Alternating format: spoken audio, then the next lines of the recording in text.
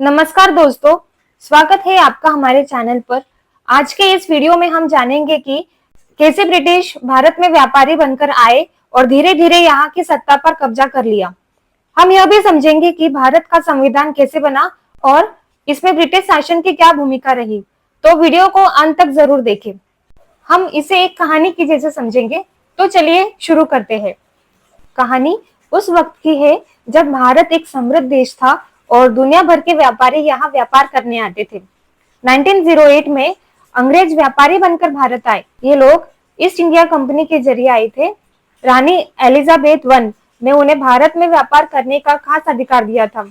शुरू में तो उनका मकसद सिर्फ व्यापार करना था, लेकिन धीरे धीरे उन्होंने राजनीति में दखल देना शुरू कर दिया। 1765 में कंपनी को बंगाल, बिहार और ओडिशा की दीवानी यानी कर वसूलने और न्याय देने का अधिकार मिल गया। यहीं से ईस्ट इंडिया कंपनी ने एक शासन के रूप में काम करना शुरू कर दिया। 1857 में जब देश भर में सिपाही विद्रोह हुआ तो उनके बाद अंग्रेज सरकार ने कंपनी से सत्ता छीनकर भारत को सीधे ब्रिटिश क्राउन के अधीन कर दिया। इस तरह भारत पर अंग्रेजों का सीधा शासन हुआ, जो 15 अगस्त 1947 तक चला। लेकिन आजादी के साथ ही एक नई चुनौती आई। भारत को एक संविधान की जरूरत थी। इसके लिए 1946 में संविधान सभा बनाई गई और 26 जनवरी 1950 को हमारा संविधान लागू हुआ। हालांकि हम आजाद तो हो गए थे, फिर भी हमारे संविधान के कई हिस्सों की जड़ें ब्रिटिश शासन में छुपी हुई थी। उन्होंने जो कानूनी और प्रशासनिक ढांचा खड़ा किया था, वही आगे चलकर हमारे संविधान की नींव बना। यह कहानी हमें बताती है कि किस तरह व्यापारी बनकर आए अंग्रेज भारत के शासक बन बैठे और फिर कैसे भारत ने संघर्ष करके अपने आजादी और संविधान प्राप्त किया। जब भारत को अंग्रेजों की गुलामी से आजादी मिली, आजादी मिलते ही देश को चलाने के लिए एक मजबूत संविधान की जरूरत महसूस हुई। इसीलिए 1946 में एक संविधान सभा कॉन्स्टिट्यूएंट असेंबली बनाई गई, जिसका काम था देश के लिए एक नया संविधान तैयार करना। लगातार मेहनत के बाद 26 जनवरी 1950 को भारत का संविधान लागू हुआ और भारत बना एक स्वतंत्र गणराज्य। लेकिन कहानी यही खत्म नहीं होती। दरअसल हमारे संविधान के कई हिस्सों की जड़ें अंग्रेजी शासन में ही छुपी हुई थी। अंग्रेजों के राज में कुछ ऐसे कानूनी और प्रशासनिक कदम उठाए गए थे जिसका असर हमारे संविधान पर पड़ा। अंग्रेजों के राज को दो हिस्सों में बांटा गया, कंपनी रूल और क्राउन रूल। तो आइए दोस्तों, कंपनी रूल को हम आसान और मजेदार अंदाज में समझते हैं। जैसे कि हम जानते हैं 1700 के दशक में भारत में ईस्ट इंडिया कंपनी का खूब बोलाबाल था। यह कंपनी व्यापार करने आई थी, लेकिन धीरे धीरे वो भारत के अलग अलग हिस्सों पर हुक्म करने लगे। लेकिन ब्रिटिश सरकार को चिंता होने लगी, अरे यह कंपनी कहीं ज्यादा ताकतवर ना हो जाए। तो साल 1773 में ब्रिटिश संसद ने एक नया कानून बनाया, रेगुलेटिंग एक्ट ऑफ 1773। इस कहानी का मकसद क्या था, चलो जानते हैं। ईस्ट इंडिया कंपनी पर सरकार का सीधा नियंत्रण हो।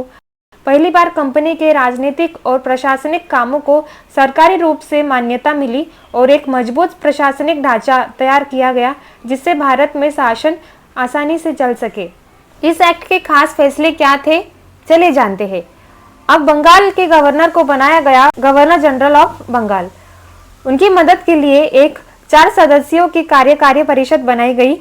पहला गवर्नर जनरल बने लॉर्ड वॉरेन हेस्टिंग। इसके अलावा बॉम्बे और मद्रास के गवर्नर अब बंगाल के गवर्नर जनरल के अधीनस्थ कर दिए गए। यानी अब एक तरह से बंगाल बना पूरे भारत के ब्रिटिश शासन का प्रमुख केंद्र। अब जानते हैं इसके कुछ और खास बदलाव जो इस एक्ट के जरिए लाए गए थे। कलकत्ता में सुप्रीम कोर्ट की स्थापना 1774। अब भारत में न्याय व्यवस्था को दुरुस्त करने के लिए कलकत्ता में एक सुप्रीम कोर्ट बनाया गया। इसमें एक मुख्य न्यायाधीश और 3 अन्य जज के रखे गए। यह भारत का पहला सुप्रीम कोर्ट था। कंपनी के कर्मचारियों पर रोक, चलिए जानते हैं। इस कानून में कंपनी के कर्मचारियों को यह कह दिया था कि अब कोई भी कर्मचारी प्राइवेट व्यापार नहीं करेगा और न ही तोहफे या रिश्वत लेगा। ब्रिटिश सरकार का सख्त नियंत्रण जानते हैं। अब कंपनी को हर बात जैसे कि राजस्व, सेना और नागरिक मामले की जानकारी ब्रिटेन की सरकार को देनी होगी।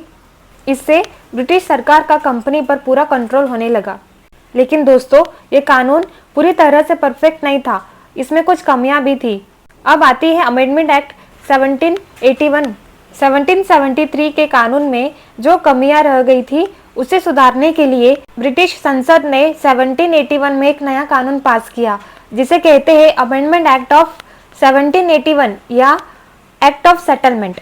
इसका मकसद था पहले के कानून में जो गलतफहमियां या व्यवहारिक दिक्कतें थी उन्हें ठीक करना। अगली वीडियो में हम जानेंगे इस अमेंडमेंट एक्ट के प्रमुख बदलाव और आगे की कहानी।